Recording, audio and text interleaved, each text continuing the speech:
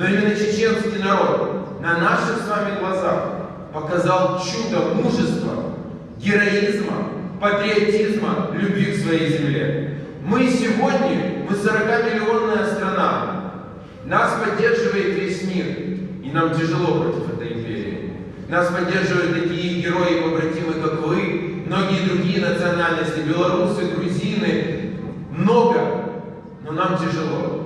Честно говоря, я не могу себе представить вот сегодня, когда мы живем эти 2 года полномасштабного вторжения, как небольшая Чечня и небольшой чеченский народ выиграл первую чеченскую войну, и только потому, что Россия смогла собрать силы, собраться, расколоть частично чеченцев, только после этого смогли додавить. Это говорит о том, что стремление к свободе чеченцев невероятное. Я не